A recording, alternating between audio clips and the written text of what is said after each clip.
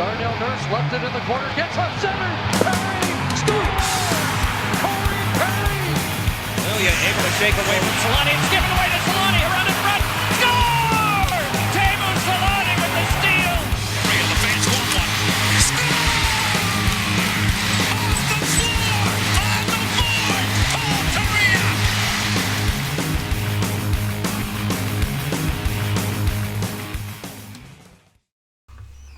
All right, we're back, and I guess I picked the wrong game to do a show for. Skipped yesterday. The Ducks get a 5-2 win against the Colorado Avalanche, I think.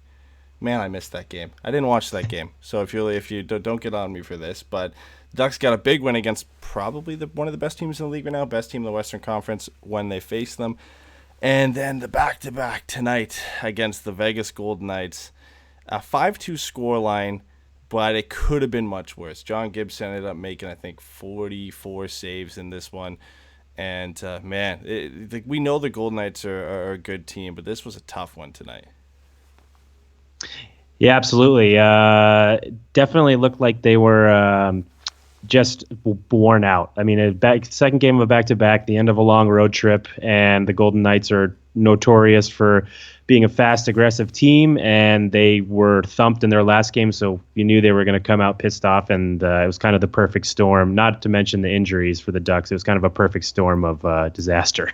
If you're wondering who's joining me tonight, because there's no Pat and there's no Jason, because our scheduling has been just horrible since the start of the season. I've got fellow Anaheim Ducks contributor with the hockey writer Anthony Ciardelli joining me tonight. So I didn't get to that in the beginning. So if you're wondering who's joining me, that's who's with me tonight. And we're going to break down this game. To start it off, forward lines were the same from the game against Colorado. I guess no surprise there because it was one of the Ducks' best outings of the season against a great team. The only difference is I think it was probably about half an hour before game time, Hampus Lindholm is announced that he's out with a lower body injury. We know Manson was on the IR. Ondrej Kase was also just scratched for this game, but we know he's out with an upper body injury as well. So the Ducks defense pairs going into this game were Brendan Gooley and Cam Fowler, which we're used to. Michael Del Zotto and newbie Erik Gudbranson, which normally that would be an iffy third pairing, and you've got that as your second pairing in this game. And then I guess the third pairing we've all come to know so far this season in Jakob Larsson and Korbinian Holzer. Not the best pairing in any game, but especially when you're going in a back-to-back against the Golden Knights, this kind of had the writing on the wall for a tough game for the Ducks defensively. Yeah, absolutely. Del Zotto, I think, has had a relatively good season in the bottom pairing. I mean, he's contributed on the offense, and he hasn't looked like too exposed. And Gudbranson yesterday was had a couple good hits. Looked like he was going to be. I mean, obviously you don't know from one game, but a good addition at first. But putting them up in a second pairing with that many minutes against such a good team was a recipe for disaster. And it's tough to find out that your best defender is out right before the game. So really, that was the first kind of kick in the you know what's for the Ducks. Yeah, and especially the game that Lindholm came off of, too, against Colorado. He posted 3 assists, kind of quietly had one of his best games of the season, so that's always a tough one. Only non-injury scratch, which we've come used to this season, was Nick Deslauriers. There's that revolving door on left wing where it's either Comtois or Jones or Shore or Deslauriers seem to be the guys that get scratched. Every now and then is Nick Ritchie, too. But getting into the game, it seemed from the very start, which I guess is a trend for the rest of this game, Gerard Gallant was trying to get Mark Stone out there pretty much as often as you can. I guess that's the best way to deploy Mark Stone is because he's just so good. I think he's one of the most underrated players in the league just because of how great and how effective he is in his own end. But then offensively, I think similar to what the Ducks have done with Jakob Silfverberg this year, where they kind of give him a license to do whatever he wants in the offensive zone, it seems like Vegas has kind of told Mark Stone to kind of have some freedom in the offensive zone, which the Senators kind of held him back on. And he's been arguably one of the best players in the league this year.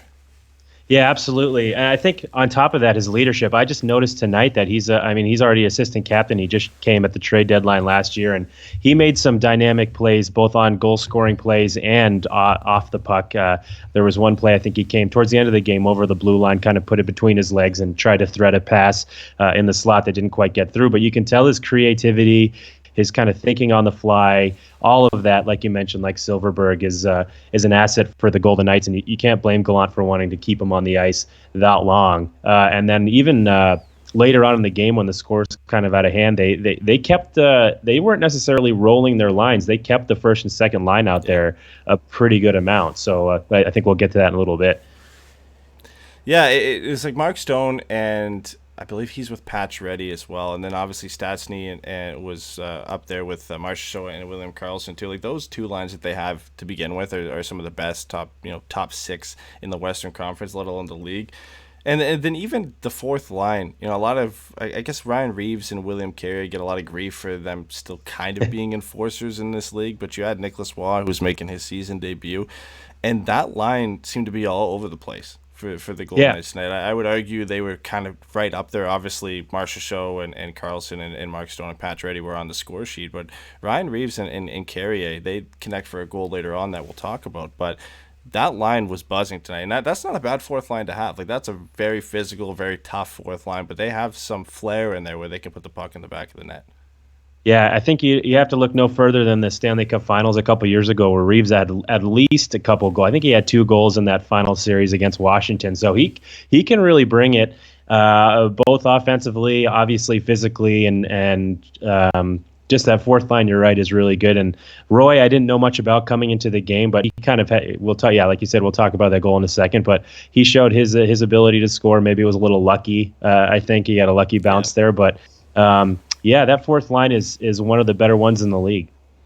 Well, let's get to the first goal, because Maxime Comtois is coming off 2 pretty good games where he's kind of been mucking it up in front of the net, and he's got 2 goals in back-to-back games. And he's the guy who really gets this play going to get the Ducks' first goal. A nice puck retrieval behind the net, kind of hounds Mark Fleury a bit, and he's able to retrieve the puck. And he just throws a pass out to Ryan Getzlaf, who he has no choice but to shoot this one. He's been shooting the puck more, to be fair, but he has no choice but to one-time this one, and he ends up beating Mark Fleury 5-hole. Don't know if he was aiming for it, but he ends up getting a little bit of luck that it slides across the ice and beats him. And that's Ryan Getzlaf's, I believe, 5th goal this season. The way he's been shooting the puck, I mean, that's not bad for him. And it's a great start. The Ducks get the first goal of the game again.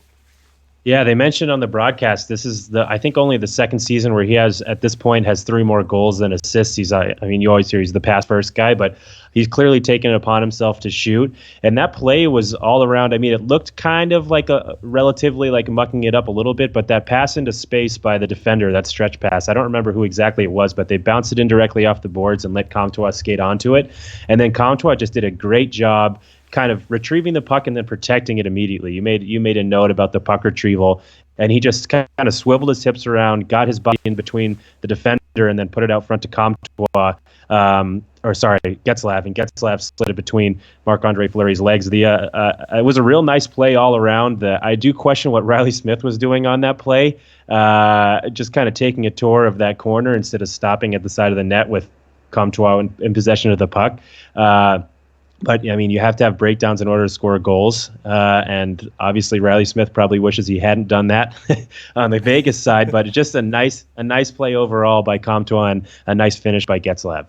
Yeah, it's been nice to see Comtois get more involved. And he's had a great opportunity pretty much since he's come up playing with Ryan Getzlaf at most of the time. And then he got moved down to a kid line with Steele and Terry. And he's been kind of moving all over the place. But, again, now that's points in 3 straight games for him. And it was really Sam Steele was the only guy so far that was really looking like he belonged in the NHL and just consistent in his poise, and he was putting up some points here and there too, and he just seemed like he was ready to go. And Troy Terry was struggling a bit. He's had his flashes here and there, and Max Jones, we really just haven't seen enough of him because he's been scratched a few games so far this season. And Maxime Comtois was the guy who said, he needs to get things going. And I think the last 3 games has been a nice showing for him. Hopefully the consistency is there because this wasn't a great game for the Ducks. But it really, he's been the guy I think a lot of people have been hyped about for a long time, especially because of his start last year. And if the Ducks are going to score some more goals this year and get some depth going, he's going to be a guy that's going to lead the charge for them. Yeah, absolutely. He's been able to score at every level too. That quick spurt last year that he had his first NHL experience was really encouraging. I think of the young players, he feels like the guy who's got the best finishing ability. So I think I'm expecting a lot out of him. I think this season, or I was coming into it, especially with Kase out now. I mean, I think if you're a Ducks fan and you're hoping that they can fight into the playoffs, you're gonna need one of those young guys now. I mean, he's not on IR yet, Kase isn't, but if he's out for an extended period of time, or if he's got a concussion, which he's had problems with in the past, he might be out for a while. And you got to hope at this point that one of those young guys can maybe get 15 or 20 goals, and I think that might be Comtois if it does happen. Yeah, that's what we're hoping for. I think one of those guys needs to step up for the Ducks offense. It's going to move up from dead last year and move into hopefully the middle of the pack, or at least somewhere around 20, 21, 22. They're going to need somebody like that to step up. But moving into the first Vegas goal of the game here, this is where Vegas really started to take over and where Mark Stone and his line started to get things going. His original shot hits the crossbar and it falls right behind John Gibson. And unfortunately for Cam Fowler, I don't know, he looked like he was trying to clear it, but at the same time, it looks like he just kind of lost his head a bit and threw it into the back of the net. I'll give him the benefit of the doubt that he was trying to clear it here, but he actually ends up throwing it into his own net. A tough goal for the Ducks after scoring the first goal of the game, but again, you can't get on Gibby for this one. The shot does beat him, it hits the crossbar, but this one's a bit on Cam Fowler, you'd have to say. Yeah, watching the replays and everything, I think it might have been a combination of like Fowler's stick hit the puck into the net, but the direction of his blade was kind of redirected by Gibby's skate. So I think it was just a bad luck timing thing. If Gibson hadn't moved or had moved earlier, either he would have knocked it into his own net, or if he hadn't moved as early, Fowler might have been able to clear that across the goal mouth instead of clearing it into the goal. Because if you look at the replay, it kind of looks like he doesn't quite get the follow through on the puck, and that ends up putting it at the angle it was, which is into the net. So tough there for them. The thing that kind of the bad look that I kind of saw in that goal was the defending. Like 3 guys on Stone before he made that shot, and then just the bad luck. So it kind of, you're right, was part of a trend that kind of went on for the rest of the night of Las Vegas kind of moving quickly in the offensive zone, being elusive, hard to cover, and the Ducks having a lot of breakdowns in the defensive end. Yeah, defensive coverage was an issue all night, and that was kind of expected when you don't have Lindholm and Manson in the lineup. And we talked about on a previous podcast how Lindholm and Manson have been criticized for bad play this year, but that's almost because Brandon Gooley just came back, and the Ducks really haven't had a second unit to roll out there against opposing teams' top players. Lindholm and Manson have been the guys that have been out there in every hard shift, and now you kind of see how much that you miss them in a game like this against a back-to-back against one of the top teams in the league, against one of the best offenses in the league, where you've got some lapses in defensive coverage, and you kind of see that as well on the second goal for Vegas, where you get a fourth liner in William Carrier, who is a very good player in his own right. He's not a horrible player; he's a hard-hitting player, and he does put up points on that fourth line for Vegas, but he outmuscles, I think, 2 or 3 Ducks players. Falls over, makes a great pass over to Ryan Reeves, who is left wide open to put a shot past John Gibson. Not a great look for the Ducks, not a great look for, I believe it was Michael Delzato and Eric Goodbranson who were out there for that goal as well. So it's a tough one because you don't want to give a goal up against the fourth line, but you got 2 heavy guys to deal with in Carrier and Reeves. Yeah, and you mentioned the kind of the exposure that pairing has. I mean, with Lindholm and Manson, when they're playing, they play against the top guys. But Vegas has two deep lines, and then this fourth line, which we talked about earlier. So there's really nowhere to hide Goodbranson and Delzato when it comes to this game, and I think that really was the start of a difficult night for them.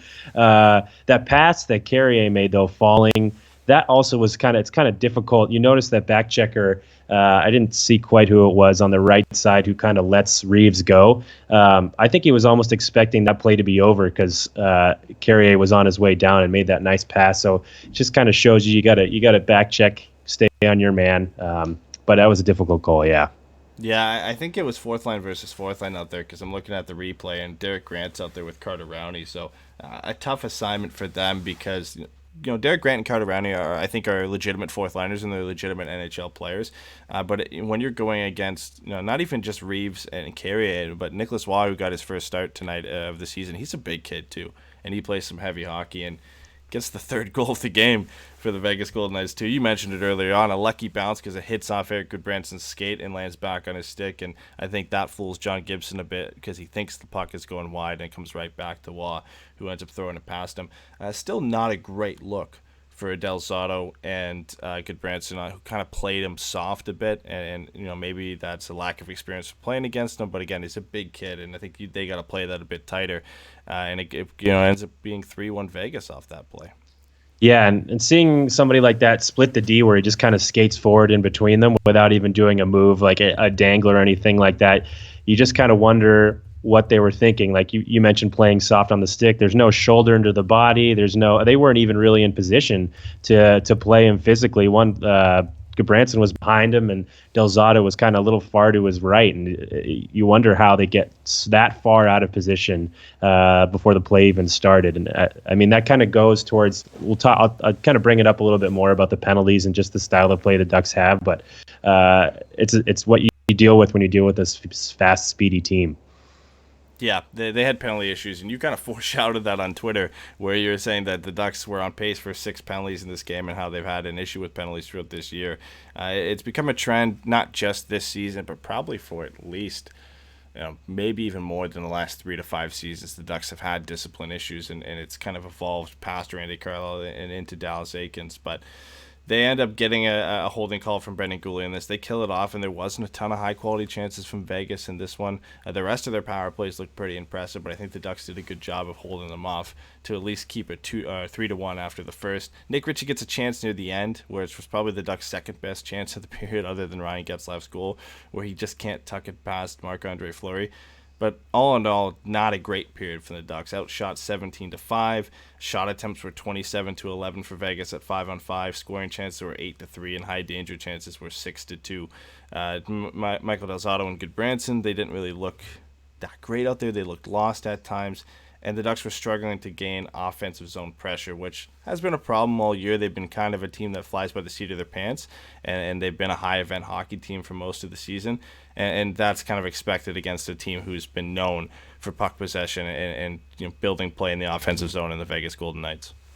Yeah, and I think this is kind of where you want to start to get into the speed at which they play. A lot has been made about them playing a faster game, a more possession-focused, creative game, but that hasn't necessarily been from just outright speed and quickness like the Golden Knights have. There's a lot of, like the first goal the Ducks scored of the night, there's a lot of stretch passes coming from inside their defensive zone, which and good first passes that enable you to break out with speed. And it's not like NHL players are that much faster than one another when it comes down to it, but when you're able to get a pass on the tape from the defensive zone through the neutral zone and kind of maintain that speed from a defender who's been able to retrieve the puck and kind of have composure with it, that's how you're able to get a fast attack and that creative kind of off-the-rush type of hockey. The problem tonight was that they were just being so aggressively forechecked by the Ducks that the defenders and the center didn't have time to pick up that puck behind the net, look for that great first pass, and start the rush quickly. And that kind of snowballs. It snowballs from the defensive zone into the offensive zone and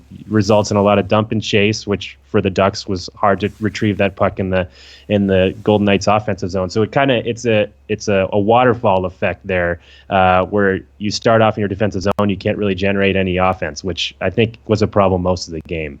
Yeah, and that continued into the second period too, because the Ducks didn't have a shot for the first 5 minutes.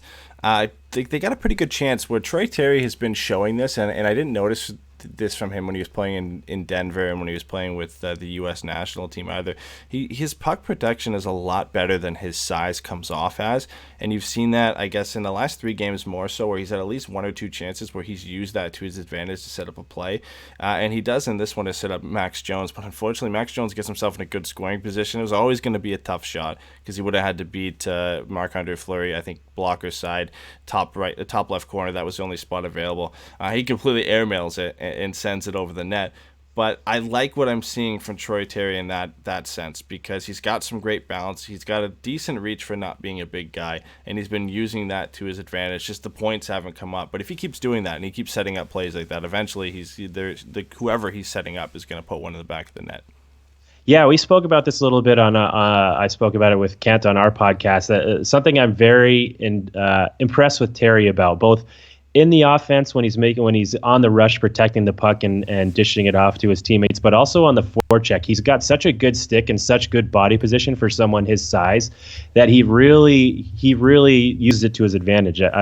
I use an example in one of the articles I wrote about his forechecking ability, where he might not be in the best physical position to steal the puck on the forecheck, but he finds a way to get there in a very quick way, and that goes along with having a good stick, both when you're trying to steal the puck and when you're trying to set up your teammates and protect the puck from the opponent. He's very good that way, and I think that's what's enabled him to kind of make a name for himself early, or at least not make a name for himself isn't the right phrase, but like to stand out a little bit when he's got the puck. Yeah, it's something that I've been impressed with him because, like I said, I haven't seen that from him coming up, and it's nice to see that you don't really expect a new facet of a player's game to kind of develop at the NHL level, especially a guy who isn't that big. And maybe if he, McKinnon is a kind of a guy that I not liken Troy Terry to, but that development in, because McKinnon came into the league similar to Troy Terry, a lanky kid, a smaller kid, and then 3 or 4 seasons into his development, you look at Nathan McKinnon now, he's nowhere near the same type of player who came to the league, just the size and the muscle that he's been put on. And I don't know if Troy Terry is going to be able to get that big as Nathan McKinnon is, because I believe McKinnon is much taller than Troy Terry is, but just that reach and that ability to protect the puck is something Nathan McKinnon has always had since he entered the NHL, and something he didn't really have in junior. So it's nice to see Troy Terry come out and put that development on and show that not even though the points aren't coming, he's still working hard and he's still relentless on the forecheck. Let's get to the second, or what would have been the Golden Knights' 4th goal of the game, but it ends up getting denied. Eakin feeds Marchessault from behind the net, and his one-timer clearly beats John Gibson, hits the crossbar, and then hits the opposite post and goes out. I thought this was in. Originally, I thought this is a power play goal, beautiful setup from Eakin to Marchessault. Ducks and John Gibson get pretty lucky on this play, though. Yeah, absolutely. And you saw Gabranson on the penalty kill, which that's an issue in and of itself, him being back there instead of Manson or Lindholm. The puck originates from behind the net, which is a difficult place to defend when you're on the penalty kill, because obviously you don't want to chase a player back there who's got possession of the puck.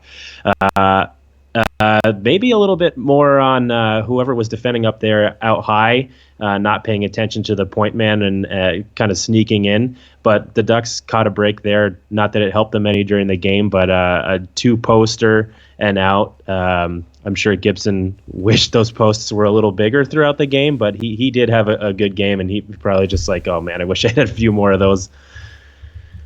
Yeah, Gibby didn't have a bad game, to be honest. And I think he was left hung out to dry when you look at the shot totals. Getting dangerously close to 50 is something we're used to seeing last year, where John Gibson would end up finishing with 44 saves, but the Ducks would still, end up losing by 3 or 4 goals. It's a tough one for him, and obviously Vegas would get a power play goal on the same power play where that goal was denied, where Larson and Holzer kind of get torn apart from some great passing from the Vegas Golden Knights, which we've kind of become accustomed to over the last couple of years.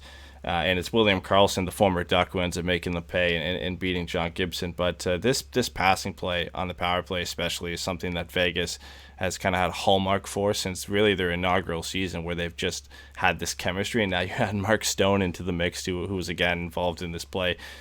Just a great goal from them, and a tough outing for Larson and Holzer, who they've kind of had a difficult task all year, because I love Korbinian Holzer and I love the heart that he shows in this game, but he's more a 7th or 8th defenseman, and it's tough being put out there and being asked to put on the penalty kill against a top unit like that. Yeah, and really, no matter who's killing that penalty, that type of passing makes it very difficult. The behind the back pass from, I think it was Smith to Karlsson, that. Like, how do you defend that? I mean, it's pretty remarkable, the play that they made. And yeah, maybe Manson and Lindholm would have had a little more success if they were out there.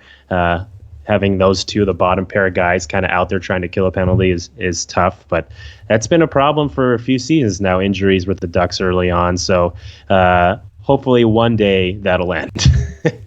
Hopefully, yeah. It's tough, because you look at, I think it was only 3 years ago that the pairings they were able to put out in the playoffs, when you think of Lindholm and Manson, Fowler, Theodore, Montour, the guys that were out there, and even Vatanen as well, and now at least 50% of those guys are gone. And Theodore, we saw tonight against Vegas. Montour's now in Buffalo. Vatanin's now in New Jersey. And the Ducks are seeing dividends paid and some of the players they have in the lineup. Obviously, Adam Henrique is having a great start to the season for the Ducks, but it's tough when you look at it now and you've got a desperation move to get Eric Goodbranson and you've got Michael Del Zotto playing top 4 minutes and Corbinian Holzer's become a regular this year because the Ducks just don't have any options on the right side.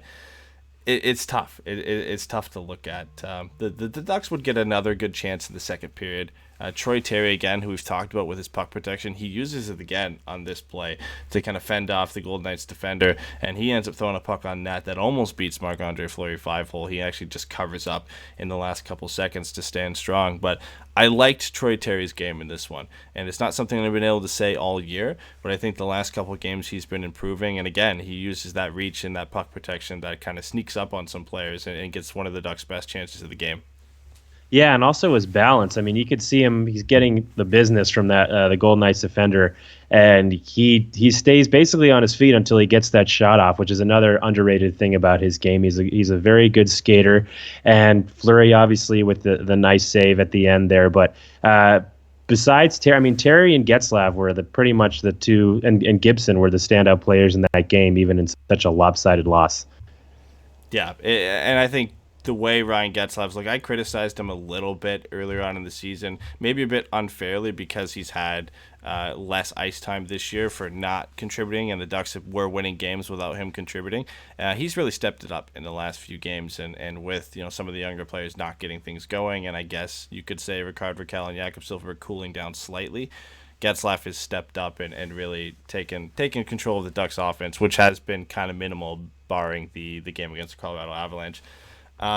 Let's sum up that second period as much as we can. Defensive coverage has been tough in this game. Knights players, I don't know if you found this. I think it was 3 or 4 plays in the second period alone where Golden Knights players found themselves behind Ducks defense and had a 2-on-1 against John Gibson. But it wasn't on a rush. It was sustained pressure from the Golden Knights in the offensive zone. And I think William Karlsson found his way and he snuck behind Jakob Larsson at one point. And I think Stastny snuck behind Corbinian Holzer. And they were just area passes in behind the Ducks defense where Golden Knights players were finding space all night. That's clearly the Ducks missing Hampus Lindholm and Josh Manson and guys getting more minutes than they're accustomed to against top pairings. Absolutely, because especially when you're a top pair defenseman in the NHL, you're used to playing against the best talent and the opponents, and those talented players move around a lot. It's not the structure and the limited kind of game that the bottom pairing lines have. So like guys like Crosby and Eichel and guys like the top 2 lines in the Golden Knights, they're moving even when they're not on the rush. They're constantly moving around, and it's hard to keep track of them when you're not used to defending that type of play. That's how. Even like you said, even when they're not coming off the rush, that's how they can kind of sneak behind the defenders because all of a sudden they're not where they were, and lo and behold, they're right behind you. So it's kind of like trying to, I don't know if I'm using this phrase right, but trying to catch a. I'm not even going to use it. Never mind. I'm going to butcher that one. Feel free to light me up on Twitter for not being able to speak English. But yeah, it's just difficult when they're so creative and they move around the offensive zone so quickly to keep track of them when you're not used to defending that type of game. Yeah, exactly. And again, that like we said, you look at Del Zotto and Goodbranson, who are primarily guys you would see on a third pairing for most teams getting second pairing minutes, which a lot of the time that means they're facing the Golden Knights' first or second line on tough shifts. That's something you're going to get. And again, the same goes for Larsson and Holzer, who saw an increase in minutes tonight because you're not going to throw Gooley and Fowler out there every time you can get. They're not Lindholm and Manson, and they're them themselves this season aren't used to facing the top pairing on every shift. So you knew that was kind of going to come after hearing that Lindholm was going to miss this game and what a loss it was for the Ducks. They entered the third period surprisingly well. I thought they were going to come in and be demoralized, especially, they're tired. They had just won 5-2 yesterday. The energy wasn't there. They were getting outshot 32-10 at that point. But for the first couple minutes, they came out energized, and Max Jones almost cut the lead. He hit the post. But from there on out, it was the penalty trouble that kind of deflated the Ducks in this game. Getzlaf goes off for interference. Power play goal for the Golden Knights where Pacioretty feeds Stastny across the ice for a tap-in. That's a tough one. Sam Steele takes a penalty for tripping. and the Golden Knights get some good chances on that one. Like, the energy just kind of sapped away with those first 2 penalties from the Ducks. Yeah, and the obvious part is that when you're killing penalties, I mean, it messes up the line combinations. Some players are more tired than others because they spend a lot of time on the ice killing penalties, and it kind of messes up the whole flow of the game, especially for offensive players who are maybe not penalty killers but scorers, and they're used to playing every couple of minutes, and now they're sitting on the bench for extended periods of time during the penalty kill. It really messes up the kind of the flow of the entire game, and I guess it'd be kind of a good time to get in it with the penalty problems. That I think the problem the Ducks have that they've had for a long time, and it's not. I don't think it's just a Carlisle problem. It maybe started with him, but the fact that they're not inherently not a speedy team, and just like you kind of have to work on attacking faster and playing a faster, more possession brand of offense, you also have to work on defending of that type of game, and they've struggled to do that for the last 2 seasons.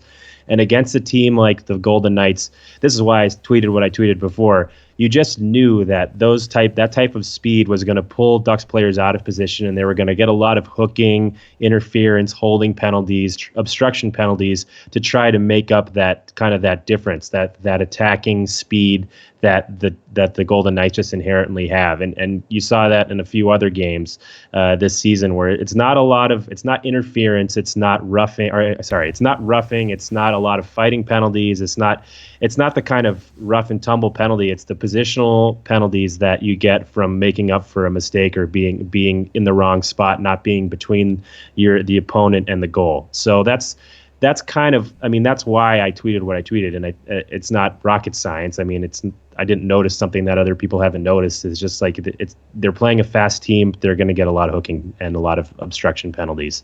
Yeah, and despite being faster than they were last year, it's not like they're all of a sudden a fast team when you compare them to some of the fastest teams in the league. You know, last year we all kind of got fooled at the beginning of the season where Bob Murray and Randy Carlyle both said that they're going to play faster hockey and that things were going to be better for them. That obviously wasn't the case on how things went for last season. And it's not like things are going to take a drastic step forward this year with the Ducks having largely the same roster and obviously with some significant injuries. When you look, Ondrej Kase is one of the best play drivers the Ducks have, and you don't have him, you lose some speed there. And then having, Lindholm and Manson out, you lose some transition from the blue line as well, which is going to cut the speed down. So that was the writing on the wall for the Ducks, that they were going to take some more penalties in this game, especially when you're going up against, I would argue the Golden Knights are one of the fastest teams in the league when it comes to passing and skating ability as well. So it's tough. It's tough. You kind of felt like it was going to happen in this game. I mean, you saw it on another team. Just be quick. Bruce Boudreau the other day telling the media, I can't make my players faster or something like that. It's like, I don't think that Dallas Eakins would have the lack of foresight to say that, and the Ducks aren't necessarily a slow team. They're just adjusting to that new speed of the NHL on both sides, and they're having some growing pains. Yeah, exactly. I think that's the perfect way to put it, is they're having some growing pains, and games like these are going to happen. And I would rather a game like this happen against a team like the Golden Knights rather than a team like the Ottawa Senators or the Detroit Red Wings, or a team who are struggling this year. I would rather it be against one of the best teams in the NHL and one of the best teams in the Western Conference, who have routinely been a struggle for the Ducks because of their speed. Like, we've seen this before. It's not like it's new that the Golden Knights have beat up at the Ducks, especially in T-Mobile Arena, which is historically a tough place to play for all teams, not just the Ducks. So it's one of those games where you look at it, and the Ducks haven't played, even in their losses, they haven't played too many bad games this year. You look at Boston, they played a pretty good game there. They lost to Calgary, where they got beat by Cam Talbot. The last 2 losses they had were probably the 2 bad games that they've played this year. And then you look at it, a fast team like Colorado. With rest, the Ducks were able to play a pretty good game against Colorado Avalanche as well. So there's improvement there. You can see it. There's always going to be games like this. The Ducks are still a young team, and a team, like you said, that are adjusting to a new style of play. And you're going to come up against a team who's been playing the same way since they came into the league. There's going to be these types of games.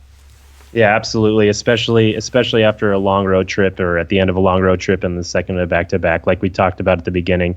It's just a tough situation to be in. But that's why you're in the NHL. You don't make excuses, and I don't think they are. And they're gonna play up against Winnipeg at home in a couple days. So I think that's gonna be. I think maybe you'll see the way you saw Las Vegas come out tonight is how you'll see the Ducks come out against Winnipeg. And Winnipeg has a notoriously weak defense. I mean, they've traded Trouba or Trouba signed. I don't remember. I don't remember if he signed. Yeah, I think they traded him as an RFA to the Rangers, and then he signed with the Rangers. But they lost him, and they Bufflin is still.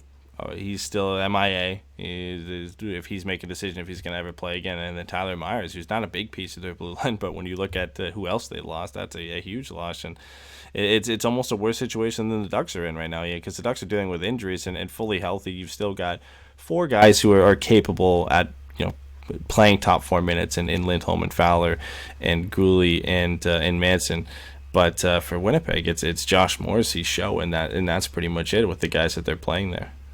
Yeah, it's going to be, I think, a good opportunity for the Ducks to get back on track, get their offense back on track, and hopefully their power play, maybe get a couple. I mean, they only had 1 power play or 2 this whole game, and maybe get another power play goal, because that was starting to heat up a little bit. But I think that you just have to hope that Winnipeg game is a bounce back game. Obviously, I mean, obviously you hope that for the Ducks. Yeah, exactly. The last play we have, because we got to talk about it because it was the Ducks' goal, and Troy Terry continued his strong game. He strips the puck away from a Golden Knights player, and he feeds Adam Henrique with a nice pass, and Henrique continues his hot start to the season, scores his team-leading 6th goal of the year, which I don't think anybody would have expected. I think a lot of it's come from the fact, especially early on, that he ended up getting placed with Raquel and Silfverberg out of just injury issues and guys getting sent down, because Sam Steele was the guy who was pegged with them at the start of the season, and that was supposed to be one of the Ducks' most intriguing lines this year, and then Sam Steele gets injured, so Isaac Lindstrom goes in and plays with them, and then he gets sent down, and then Adam Henrique ends up being the guy who steps in there and becomes the benefactor and had 5 goals going into this game. I believe he started the night with Henrique or with Raquel and Silfverberg. At this point, I think he had been moved off because they shuffled lines a bit, but he finds himself with Troy Terry, makes a nice move and scores. I'd like to see those guys play together more often because I think they both look pretty good tonight.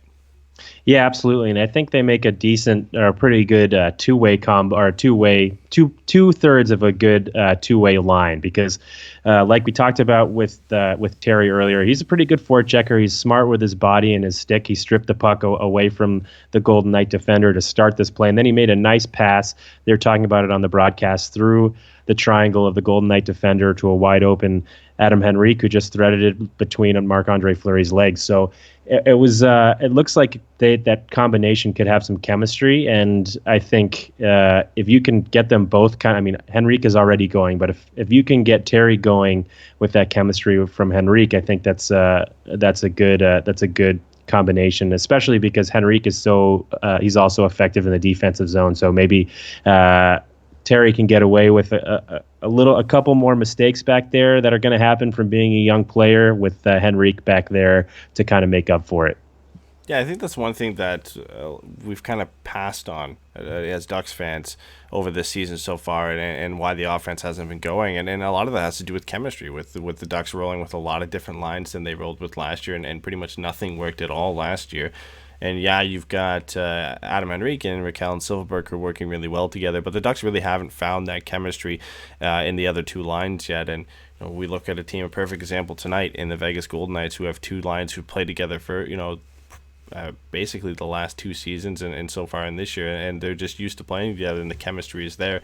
Despite adding Mark Stone halfway through last year, he's seamlessly fit on a line with Max Pacioretty as well. So the Ducks need to find that chemistry, and I think when that comes and guys start getting used to playing with each other and fitting in a new system, I think the goals are going to come at that point. You just have to get there, and I think it's been nice and surprising that they found that one line that seems to work together to start the year. It's just comes now finding the second line and the third line that are going to have some chemistry, and that you can at least have 2 guys who you can play together. It's difficult to find 3 lines you're going to keep together all year, but obviously due to injuries, and sometimes it just doesn't work out and they get hot for a little bit. But the Ducks need to be able to find 2 lines that have that chemistry, and that's just going to take time.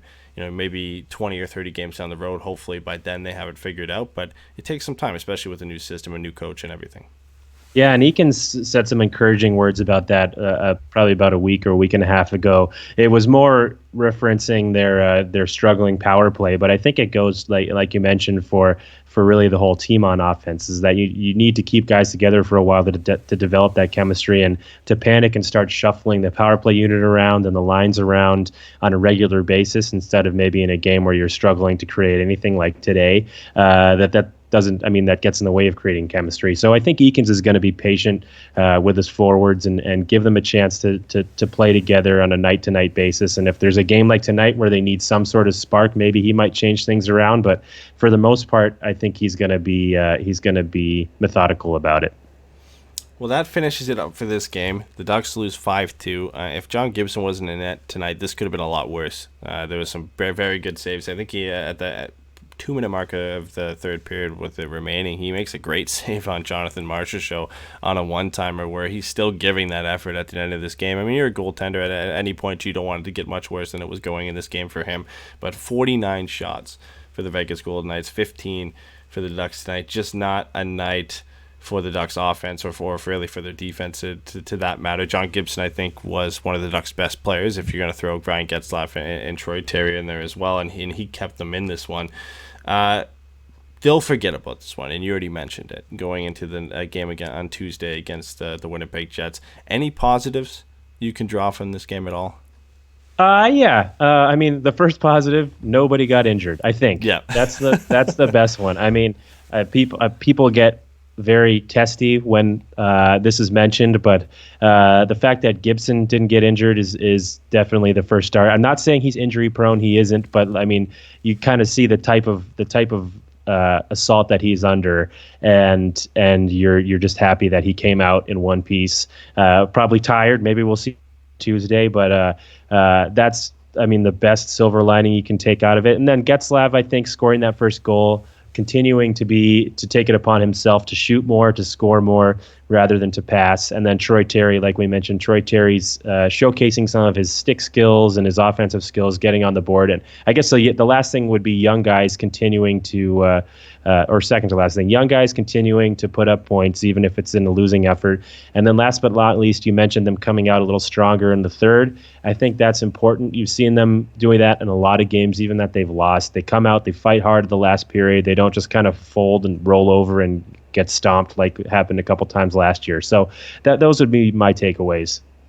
Yeah, I think you look at the takeaways and the positives. They come in net and they come up front this game. It was always going to be hard to have positives on the blue line, and you can look at it and draw some negatives from it, but that's not going to be the case for the Ducks this year when you look at who they were rolling out. That this is simply due to the fact they had injuries going on a back-to-back against a tough team. Everything kind of aligned for it to be a very difficult game for the Ducks.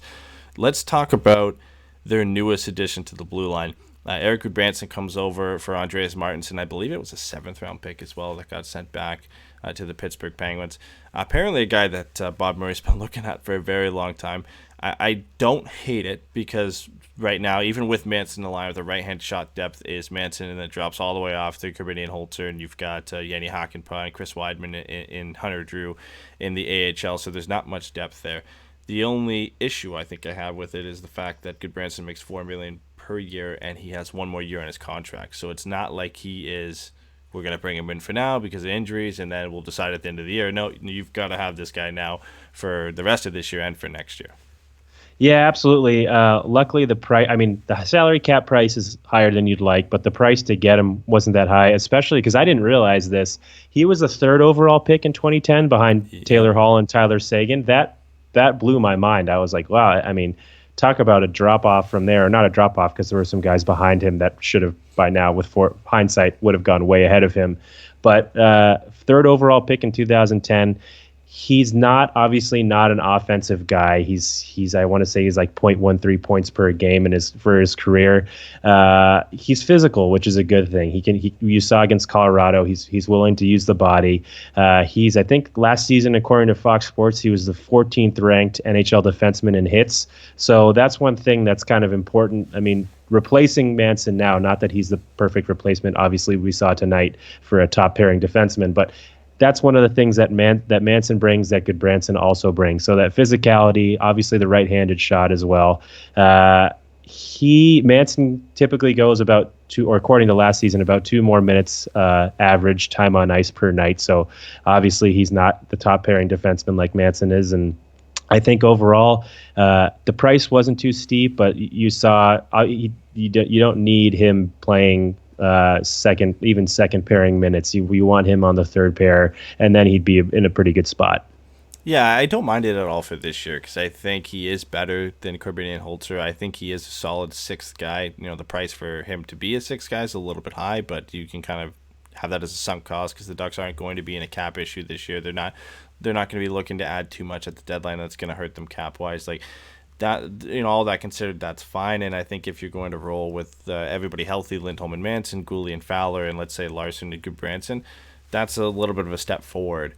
Then you have maybe Del Zotto as your 7 or Holzer as your 8, and you can kind of have those guys scratched and throw them in when necessary. So that's all fine. I think that's not too bad. I think it is when you move into next year and the Corey Perry buyout hit gets a little bit bigger, and then hopefully by that point Josh Maher has made some steps forward and looking to get a shot in the NHL, and same with Hunter Drew and Simon Benoit, who's had a good go in the AHL so far.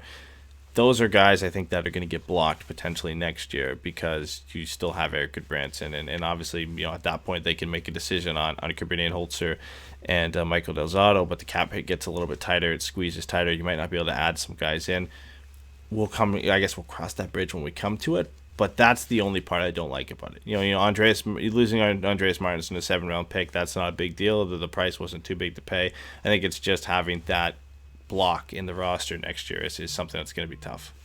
Yeah, and then also, this gives me an ice cream headache bringing this up, but the RFAs, these young players, Steele, Terry, Comtois, and Lundestrom, the ice cream headache part is like how many games they played already and whether, like, what level of RFA they're going to be and what year. Are they coming up? Are any of them coming up next year for RFA status, or is it 2 years from now? Let me check, because I had Cap Friendly open for Gudbranson. So RFAs at the end of this year. So Troy Terry has to sign at the end of this year, and then Max Jones, Sam Steele, Maxime Comtois would be at the end of next year, but they're at the end of 2020, 2021, which would not be a problem because Eric Gudbranson would be an unrestricted free agent at this point. Jakob Larson and Brendan Gooley and Troy Terry are the 3 guys who have to sign at the end of this year, and I guess Devin Shore, somehow he's still an RFA, so if you want to throw him in there as well, he'd also have to be a guy who'd have to sign.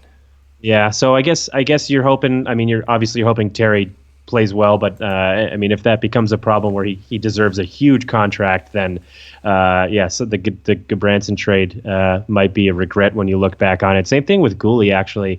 I like the way he's played this year. I think he's got a lot of upside. So maybe it's this is very kind of too early to talk about it, but. If he continues to play well, he didn't really stick out that much tonight, but he might be another guy who becomes a little more expensive in the off season. So yeah, I feel you with the Gudbranson questioning for next year. One guy, we've already talked about the loss of Josh Manson and what that means for the Ducks on defense. The one I'm a little bit more concerned with, because we haven't heard too much about it other than it's an upper body injury, and everybody's seen the slow-mo now of Ondrej Kase running into Rupe Hintz. Concerns of another concussion for Ondrej Kase and what that could mean, not just for this season but for his NHL career in general. I think this is probably, if it is a concussion, would be his 3rd or 4th concussion over the last couple seasons for him. Not great when you look at his career moving forward. What is that concern for the Ducks, and how big of a loss would Ondrej Kase be, not just this season but moving forward? A huge loss.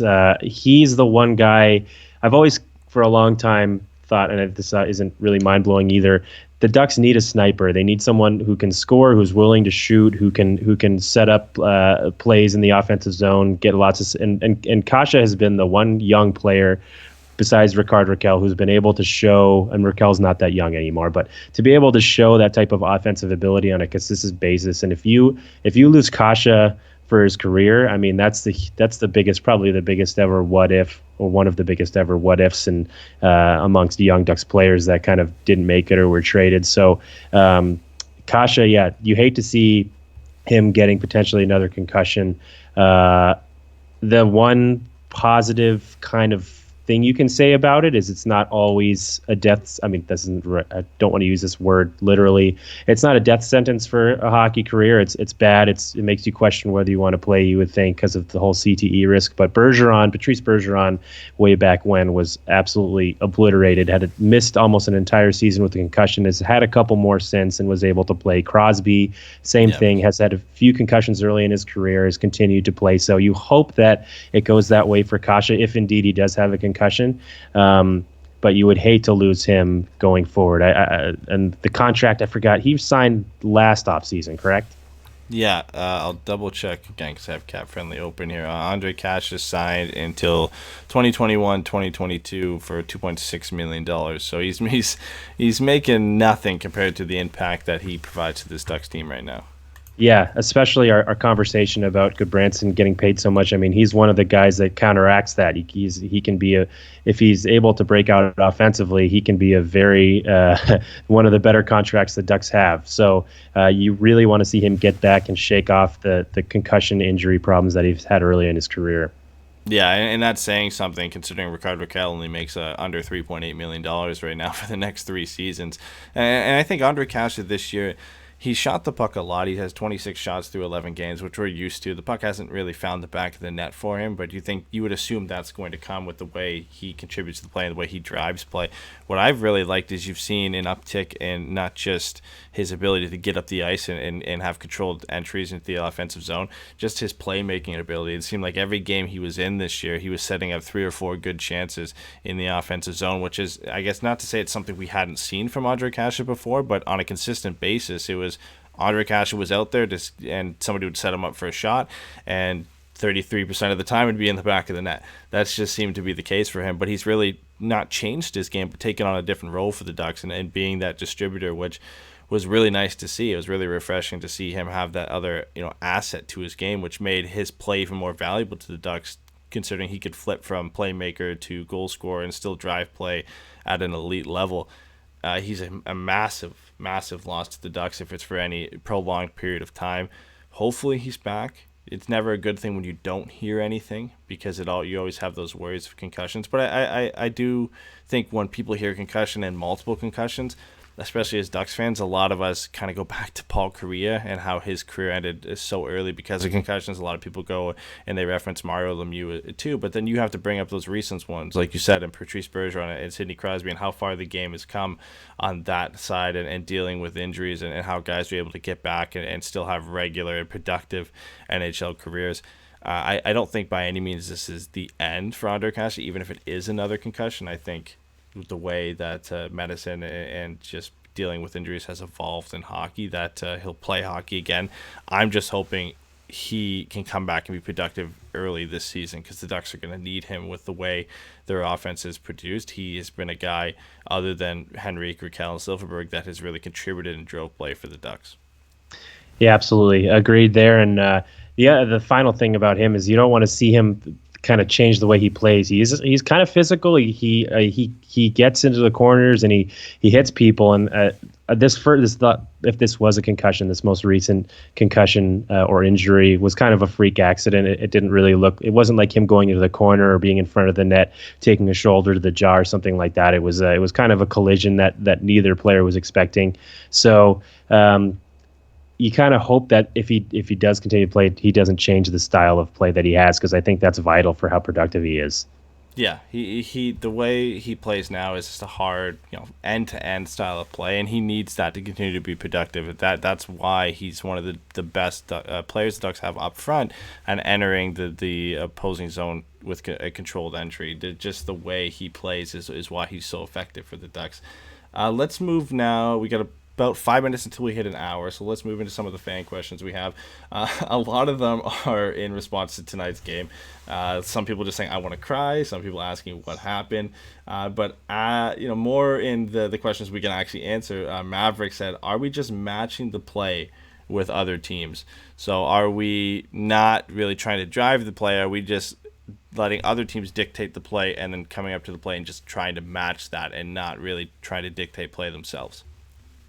That's an interesting question. I mean, it's not I don't know if it's necessarily like a conscious decision that you make. I think it comes in with preparation and aggression and fatigue. Obviously, like this one, like we've mentioned 1,000 times, was the second game of a back-to-back. So you want to obviously like drive play and take it to the other team, but it's kind of a, I mean, to me, it seems like kind of a random thing. It's you work on it. I mean, I think you talk about it in the locker room. You obviously want to score first and everything, but I don't know. What's your opinion on that? That's kind of a hard. It's kind of a tough one. Yeah, it's a hard question. Yeah, it's something people have criticized the Ducks for in the past. If I have to remember, in some of the questions we've got before, it was more so the question we used to get was, do the Ducks play harder against good teams and then not show up against bad teams? That seemed to be something a question we'd get over the last couple of years for the Ducks, and that's something that's changed. But I wouldn't say the Ducks are just matching the play with other teams, and if you can't really use this game as an example of that, like we've already mentioned, it was a back-to-back against one of the best teams in the league. I think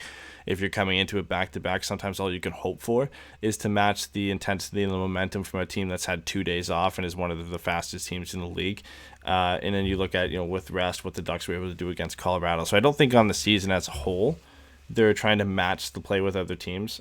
That might have been the case in this game, and that's kind of expected in a back-to-back. I don't think it's something that we're going to see that often from the Ducks, because I generally like what they've done so far this year. I think they have tried to dictate play themselves. They are a high-event team, and with that comes mistakes in your own zone. But I don't think you can be a high-event team and match the play of other opposing teams. At that point, you're a team who likes to trap and sit back defensively and then try and generate offensive zone pressure by cycling the puck. And I don't think the Ducks are that team this year. Yeah, and I guess one thing I will say about that question, one thing I would have liked to have seen a little more today that you saw from Ritchie and Getzlaf is more physicality. I mean, if you don't have the legs to do that high flying offensive type of game, then you need to go into the corners and kind of grind it out and hit people and make them not want to go back there and retrieve the puck when you dump it in, and that physicality is kind of a way you can take it to an opposing team without trying to skate it down their throat. So I think you could on a night like this, you could have seen a little more physicality, and I think in general, and missing Josh Manson was one of those things that kind of took away from that. But I guess that's true. I think this question's perfect for you because I believe you wrote an article about this and John Gibson's usage this year and how they should use Ryan Miller more. We had a question from Keith on Instagram. He said, it's Gibson's net, but are there any thoughts about playing Ryan Miller a bit more down the road? Absolutely. I play him in against Winnipeg on Tuesday. I think obviously John Gibson is I think one of the best goalies in the NHL, but you can't have him out there getting 47 shots a night against him, or even 33, 34. You need to rest him, and even though Ryan Miller is getting up there in age, he's shown nothing but an ability to compete and win games for the Ducks as well. So I think you give him a chance to play against Winnipeg. I'd like to see him play a couple more games every couple of weeks rather than just I think we've really seen about one a week since the season started. Obviously, every second game of a back-to-back, he played the first game. He played yesterday against Colorado, so he played the first game. But I do think they should play Miller more, and it's not any fault of John Gibson. It's really a conservation thing. If you are in the fight towards the end of the season, the playoff spot, you need a rested goalie. That's been proven in a lot of articles, or not proven, but suggested that the numbers show that a lot of articles and studies that have been published in the playoffs and at the end of the season. So I totally put Ryan Miller in the goal on a more regular basis than he's playing now. Yeah, one thing we brought up, I think it was after the Carolina game, is last year that would have been a start for John Gibson, where the Ducks it wasn't a back-to-back. They had a day off between the last game of the Carolina game and a day off the game after the Carolina game as well. So that last year would have been a John Gibson start. This year they gave that start to Ryan Miller. So I think you can kind of see that they're doing that more often this year, where starts last year that would have been John Gibson, they're giving to Ryan Miller to give some rest to Gibby, from what we saw with how fatigued he was last year near the 45 game mark. And we had that article from Eric Stevens that talked about how he'd lost weight because he was so worn out at that point. that's obviously something they want to avoid again, and it makes sense why they would want to avoid that. And I definitely agree. I think Ryan Miller should get some more of those starts down the road, especially after a tough game like this where John Gibson faced 49 shots tonight, and it was kind of a demoralizing effort where he still had to play very hard. He still had to work hard and make some difficult saves. And, sometimes one day's rest isn't enough, and maybe against a team like Winnipeg who likes to play physical and can put up a ton of shots despite not playing that great this year, that might be a start that you should give to Ryan Miller because you want to give John Gibson a bit more rest. If it was my decision, I would give Ryan Miller the start, and I think you would agree too. And I think then you save John Gibson for the start after that and make sure he's completely rested. Absolutely. Next question we had was from E. Wolf on Instagram. This revolves around trades. So he said, imagine you are Bob Murray. What would you do given the circumstances? I'm guessing if that means off this game or just the season so far, but would you trade somebody? If you were to trade somebody, who for who? Would you stand pat? So if you were Bob Murray at this point of the season, what would you do? Well, there was an interesting article published last year in The Athletic about all the GMs in the NHL and when they tend to trade and what type of trades they tend to make. And this is kind of Bob Murray's hot zone starting now until January. This is when he makes most of his trades rather than at the deadline. So, and you've seen one already with Goodbranson going for Martinson in the 7th-round pick. I wrote an article a couple months back that was maybe a little fantastical now seeing how the guy I'm about to mention is playing, but I kind of thought Nick Ritchie needed change of scenery. He's getting offensive chances here, and he's maybe not getting the best bounces, but he's still taking a lot of penalties. And with his salary cap and his relatively low cap hit and maybe his unrealized potential that he still has, I thought he'd be a good fit in Buffalo, and maybe getting back Rasmus Ristolainen, who right-handed defender in Buffalo, doesn't necessarily want to be there anymore, although they're successful now, so maybe he's changed his mind.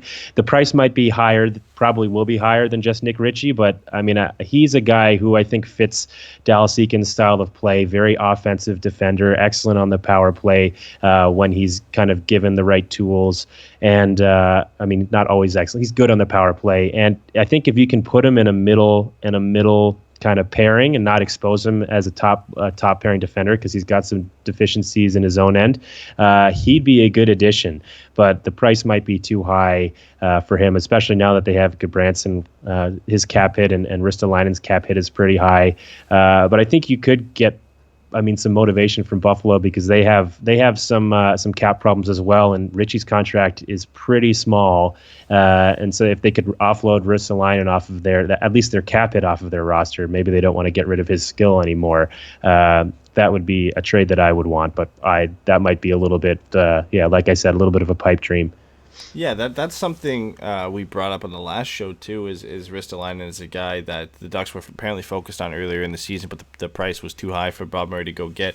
It is an interesting one because you have to think at some point Brandon Montour is going to come back for the Buffalo Sabres, and they've had some success so far this year with obviously Rasmus Dahlin has taken over the offensive role on the power play for the Sabres and just in general from Rasmus Ristolainen, and then you've got Colin Miller who's come over and what he used to do with Vegas and just being a solid presence on the blue line. He's now brought that over to Buffalo, and then Henry Jokiharju has come up and done very well for the Sabres, done pretty much just as well as Ristolainen has. Jokiharju has 4 assists in 12 games, and Ristolainen has 5 assists in 12 games. So there is kind of that hole that Ristolainen might get moved out at this point, and maybe he wants a fresh start. And I think if you look at what role he's kind of been demoted to with the Sabres, he would work perfectly on a team like Anaheim, where he would be able to kind of get thrust back into that role, at least power play wise, and been the main go-to guy, which the Ducks could really use on the blue line, as they don't have that power play quarterback, and they really haven't had that guy for a very long time. And then you throw him not onto a top pairing like Buffalo mistakenly did in the past. You throw him into a middle pairing, and you don't throw him against the opposing team's top players, where he kind of gets victimized for his defensive efficiencies. I think it's something that could work out for both teams, and whatever the package would be for Buffalo, I'm sure they'd be looking for some more forward depth up front, and it's something that Nick Ritchie could be a guy that could work out there, because right now Connor Sheary's playing top 9 minutes, and I'm sure that's not ideal for them, but it would be an interesting trade for them to pull off by any means, and I think there's some groundwork there in place for a trade to work. Whether that actually comes to fruition in the end, I'm not sure. The last question we had is one that seemed to come up in the last 3 shows for us since we brought it up. There was an article on Sportsnet, I believe, where it was talking about 3 possible destinations for Taylor Hall at the trade deadline. I don't remember the 2 other teams that were listed, but the third team that was listed on that list was the Anaheim Ducks. There was some good points made in the article on how Ray Shero and Bob Murray have had some history with trades in the past. Obviously, the most recent one being Sami Vatanen for Adam Henrique that we all remember. But there has been some other trades in the past that those 2 GMs have worked on. And the fact that Taylor Hall is an unrestricted free agent at the end of the season, and the New Jersey Devils might not want to lose him for nothing if he's not going to come back, and the Ducks could desperately use a player like Taylor Hall on the top line. Only makes $6 million, so that's great for the Ducks. The arguments against it are Bob Murray never goes for a player like that, especially a rental and what it would cost for it. What would you think of a deal like that? Starting with, do you think that could possibly happen, and what kind of impact would a player like Taylor Hall have with the Ducks? I mean, the impact, first of all, I think like you said, they need a guy. He's a playmaker and a sniper. He can do it all. He would plug right in there. And if you think about Zegras coming up, I would say maybe next season, if they're lucky, maybe the end of this season for a couple of games. I mean, that would be a pretty awesome duo to have on their roster. So why would you not want him is the obvious answer. In terms of the trade being possible, that's a tough. I don't see it happening. I mean, obviously, I'm betting the field here, but it just seems like the price would be too high. I mean, he'd maybe to be asking for Zegras on the way back, and I don't think that would be a wise decision. So, because the Devils are obviously trying to. I don't even know if they're. I mean, you kind of thought that their rebuild was over coming into this year. They had a lot of young guys. Yeah.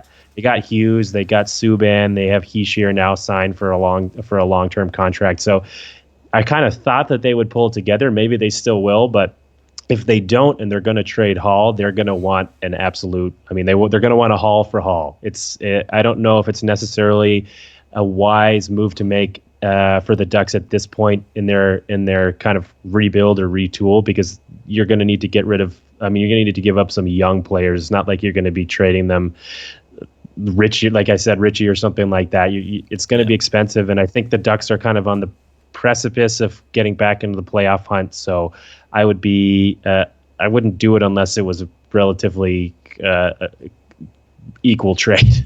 Yeah. I mean, that's obvious. The thing I always forget with Taylor Hall too is because he's been in the league for so long. The guy turns 28 this year too, so maybe a rental makes sense on the standpoint that the Ducks, if they were trying to make a playoff push, that's a good move to make. But I don't think they're in that position where Taylor Hall automatically makes them a contender. I think it definitely makes them a team who could make the playoffs by any means, because Taylor Hall playing on the top line. For the Devils, people considered them possibly being a team who could make the playoffs because they have Taylor Hall as that go-to guy up front. The problem becomes after that is it's not a Bob Murray type move to go out and get a guy like that as a rental. And if you take that out of the picture and you say, well, now they're going to trade for him and sign him, they would likely have to sign him to 7 years, which brings him to 35 at the end of his deal. That deal is probably around $8 million, which for the last 3 or 4 years of that deal is not great for the Ducks. And then any sign and trade, it can right away ups the trade value for a player like Taylor Hall. So you're looking at giving up a lot more. And you mentioned like Trevor Zegras or Maxime Comtois or Sam Steele or Troy Terry. Those would likely be guys that would be going back in a deal like that. And at that point, it just becomes too pricey for where the Ducks are in their rebuild. It's is 2 or 3 or maybe 4 on the high end of Taylor Hall in his prime worth it to give up 3 or 4 pieces of your rebuild and then kind of have to start again. It doesn't fit with the Ducks' plan, as great as it would be, because the Ducks have been looking for that top line left wing for almost a decade now, it feels like, and guys that have kind of been in and out there. Nick Ritchie at one point was supposed to be